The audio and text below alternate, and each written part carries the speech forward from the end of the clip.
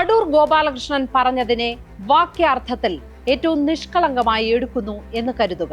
അതിങ്ങനെയാണ്: government scheduled കാസ്റ്റിനും scheduled ട്രൈബിനും സിനിമയെടുക്കാൻ നൽകുന്നത് 1.5 കോടി രൂപയാണ്. ഇത് അഴിമതി ഉണ്ടാക്കും. ഇത്രയും പൈസയൊന്നും നൽകരുതെന്ന് ഞാൻ മുഖ്യമന്ത്രിയോട് പറഞ്ഞു. ഷെഡ്യൂൾഡ് വിഭാഗത്തിന് പണം നൽകുന്നതൊക്കെ നല്ല കാര്യമാണ്. പക്ഷേ ട്രെയിനിങ് നിർബന്ധമാണ്. 3 മാസത്തെ നല്ല ഇന്റൻസീവ് ട്രെയിനിങ് നൽകണം. ജനങ്ങളിൽ നിന്ന് കരം പിരിച്ച പണമാണ്. 1.5 കോടിയൊന്നും കൊടുക്കരുത്. 50 ലക്ഷമാക്കി 3 പേർക്ക് കൊടുക്കാം. കൊമേഴ്ഷ്യൽ സിനിമയല്ല എടുക്കേണ്ടത്. പിന്നെ സ്ത്രീ ആയി എന്നതുകൊണ്ട് മാത്രം പണം കൊടുക്കരുത്. 1-2 നല്ല സ്ത്രീ സംവിധായകരുണ്ട്. അവരെ പോലെ ആളുകളെ വളർത്താൻ പരിശീലനം നൽകണം. എല്ലാ വിഷമവും അറിയിച്ചു വേണം അവർ സിനിമ പിടിക്കാൻ. വീട്ടിൽ കുട്ടികളെ കഷ്ടപ്പാട് അറിയിച്ചു വളർത്തണം എന്ന് പറയുന്നത് പോലെ വേണം. ഇങ്ങനെ അടൂർ ഗോപാലകൃഷ്ണൻ പറയുന്നത് കേട്ടാൽ മാത്രം ചൊടിക്കേണ്ട കാര്യമില്ലെന്ന് തോന്നാം. പക്ഷേ അടൂർ ഗോപാലകൃഷ്ണന് ഒരു പൂർവ്വ പാരമ്പര്യമുണ്ട്. കോട്ടയത്ത് KR നാരായണൻ ഇൻസ്റ്റിറ്റ്യൂട്ടിൽ ദളിത് സ്ത്രീകളെ അപമാനിച്ചെന്ന വിവാദമുണ്ടായി. അവിടെ പരാതി നേരിട്ട ഡയറക്ടർ ശങ്കർ മോഹനെ പിന്തുണച്ചതാണ് അടൂരിന്റെ പാരമ്പര്യം. നടിയെ അപമാനിച്ച കേസിൽ പോലീസ് അറസ്റ്റ് ചെയ്ത് ഇപ്പോഴും വിചാരണ നേരിടുന്ന ദിലീപിനെ പിന്തുണയ്ക്കുന്നതാണ് ആ പാരമ്പര്യം.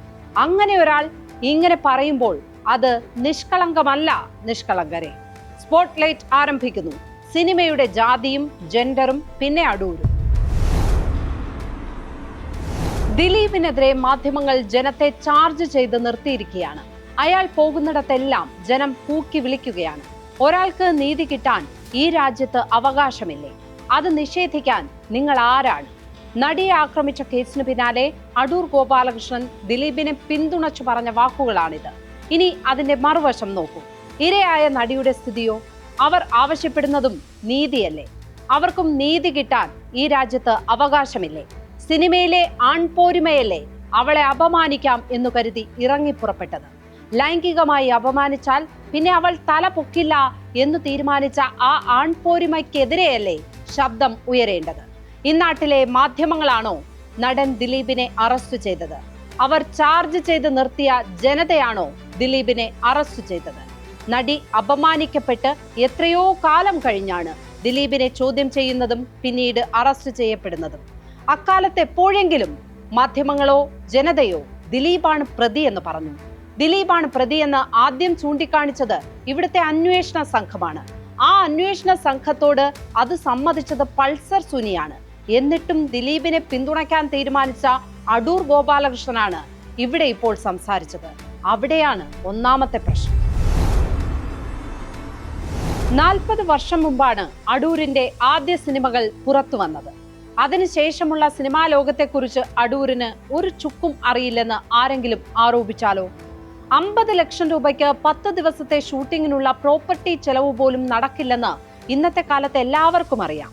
5 ലക്ഷം രൂപയിൽ കൂടുതൽ വരും ഒരു ദിവസത്തെ ഉപകരണ വാടകയും ചെലവുകളും തന്നെ. കലാകാരന്മാർക്കും സഹായികൾക്കും നടീ നടന്മാർക്കുമുള്ള പണം വേറെ കണ്ടെത്തണം. നടീ നടന്മാർ സൗജന്യമായി അഭിനയിക്കാൻ സമ്മതിച്ചാലല്ലാതെ അങ്ങനെ ഒരു പടം പുറത്തിറങ്ങാനും പോകുന്നില്ല. 1.5 കോടി രൂപ എന്ന് പറയുന്നത് തന്നെ ഒരു സാങ്കല്പിക തുകയാണ്. 1 കോടി 10 ലക്ഷം രൂപയാണ് സിനിമാ നിർമ്മാണത്തിനു വേണ്ടി ചെലവഴിക്കുക.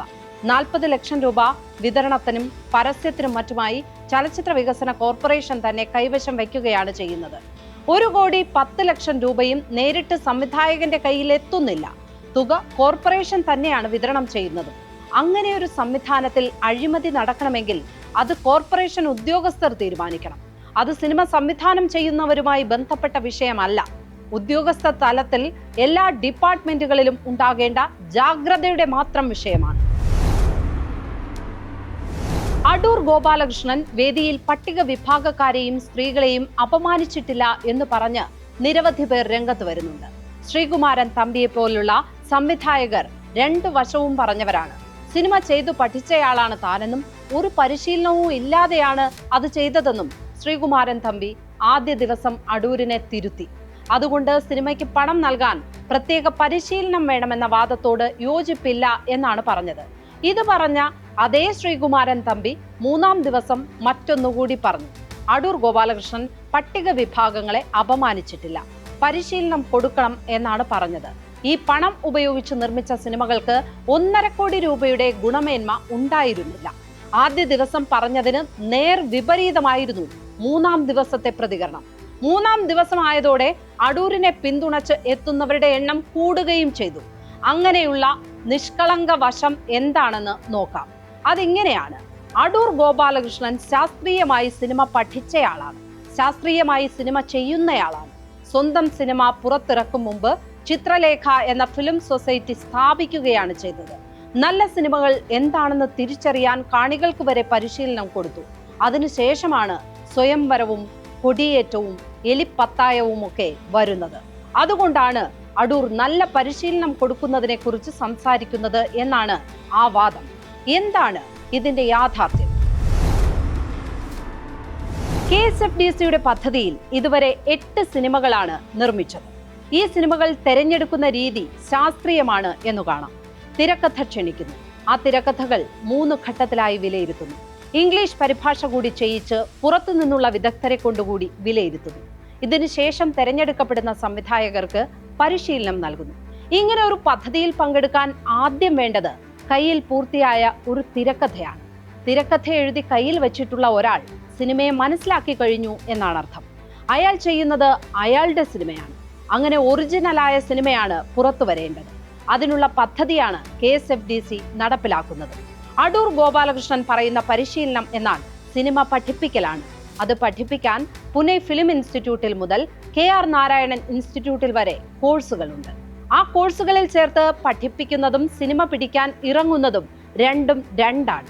3 മാസത്തെ ട്രെയിനിങ് കൊണ്ട് നല്ല സിനിമാക്കാരനെ സൃഷ്ടിക്കാൻ കഴിയുമായിരുന്നെങ്കിൽ 5 വർഷമൊക്കെ നീളുന്ന ഈ കോഴ്സുകൾ എന്തിനാണ്?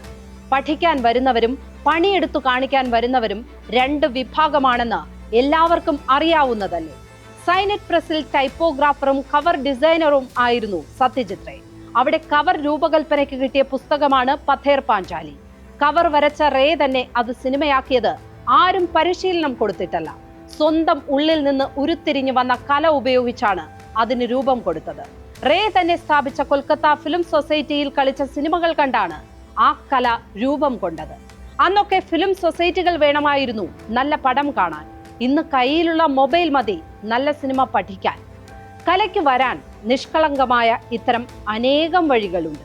കല പഠിക്കാനും ഇന്നത്തെ കാലത്ത് അനേകം മാർഗങ്ങളുണ്ട്. സ്വന്തം സിനിമ നന്നാകണം എന്ന് ഏറ്റവും ആഗ്രഹിക്കുക അത് ചെയ്യുന്നവർ തന്നെയായിരിക്കും. അവരുടെ സിനിമ അവർക്ക് വിട്ടുകൊടുക്കുക. അതല്ലാതെ എന്തു പറയാൻ? സ്പോട്ട്ലൈറ്റ് ഇനി നാളെ ഇതേ സമയം മറ്റൊരു വിഷയവുമായി. നമസ്കാരം.